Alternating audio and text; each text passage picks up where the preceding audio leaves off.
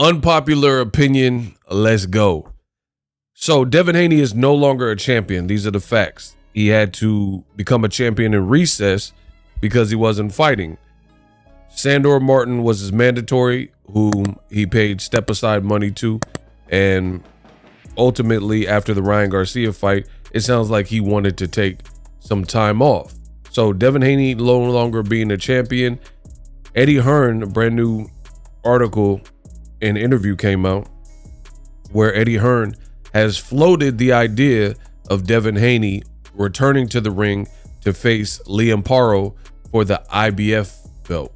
Now, you will see people probably make content kind of just breaking down Devin Haney and Liam Paro, but more so than the fight, your boy Ego has some concerns.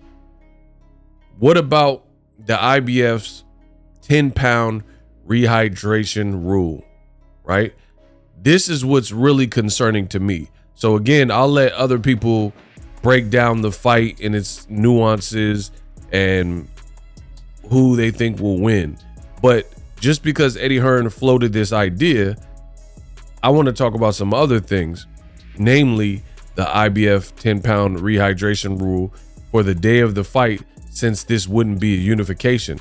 To my knowledge, the only way to get out of that is if it is a unification. So if Devin Haney retained his WBC belt and then fought Liam Paro in a unification, WBC with IBF, because this is an IBF exclusive rule. So they changed it when there's other belts on the line in a unification. That's not a WBC rule. So the only exception that I know of is a unification, because they kind of have to work with another sanctioning body in order to make that fight.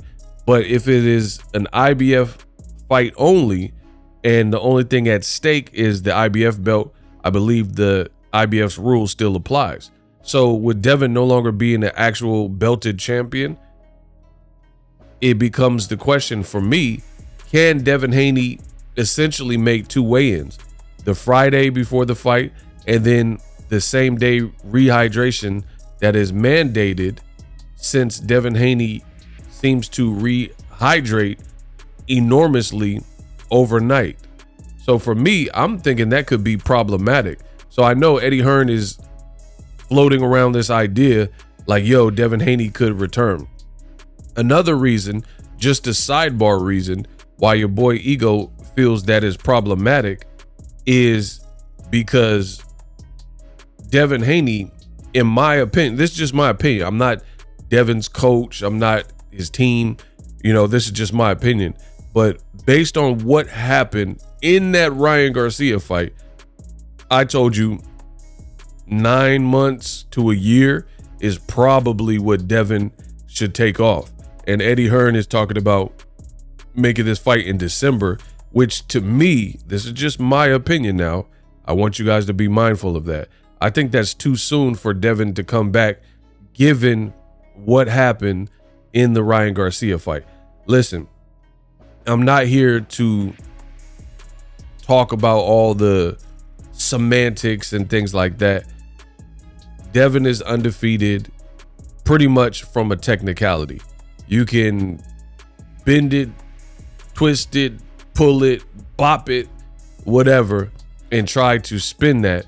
But the world of boxing understands and realizes, yes, he's undefeated, but it really comes not because of his performance, but it becomes an issue of something that Ryan Garcia did, which is to test positive for Osterine.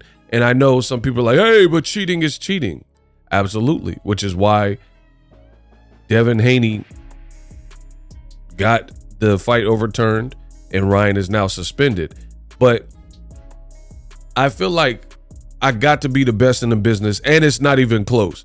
There's a lot of people who they want to live in this fantasy world that is a perfect world, and that's just not the world that I live in. I don't live in some fallacy world where the things you seen with your own two eyes didn't exist because you don't like that for a person or a fighter.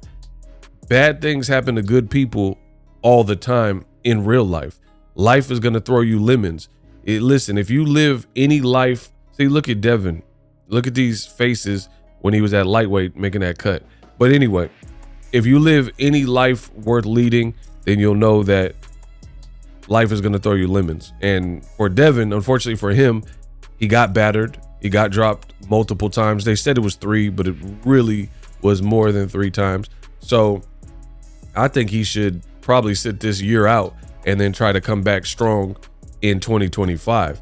Now, the article in the interview from Eddie Hearn says he talked to Devin Haney, and Devin Haney sounds like he's on board. But I think one of the problems with Eddie Hearn and DAZN that I've noticed is how come they make all the fights through the public? You always hear about, oh, I want Dillian Whyte to fight Deontay Wilder, and Eddie Hearn's always kind of revealing the game plan. Oh, I want Jaron Ennis versus Mario Barrios and Stanionis and Brian Norman Jr. But the reality is the fans don't need to really know. They just want to see the end result.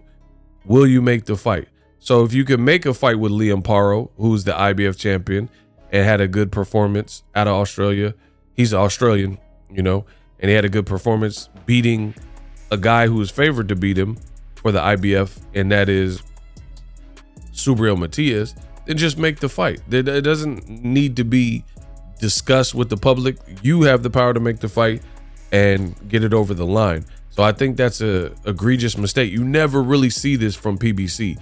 You never really constantly see them talk and pitch the fights to the fans and do interviews talking about, oh, I want Devin Haney and Liam Paro. I feel it'll be good in Australia, right?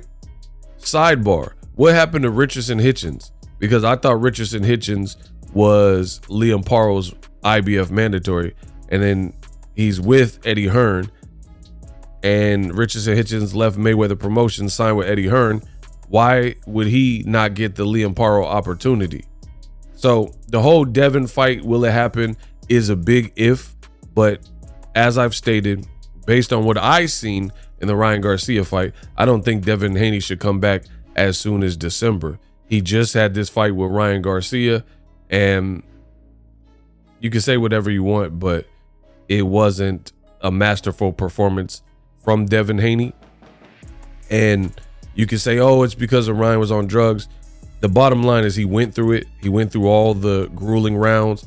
He showed heart and kept picking himself back up, but you can't erase the punishment, right?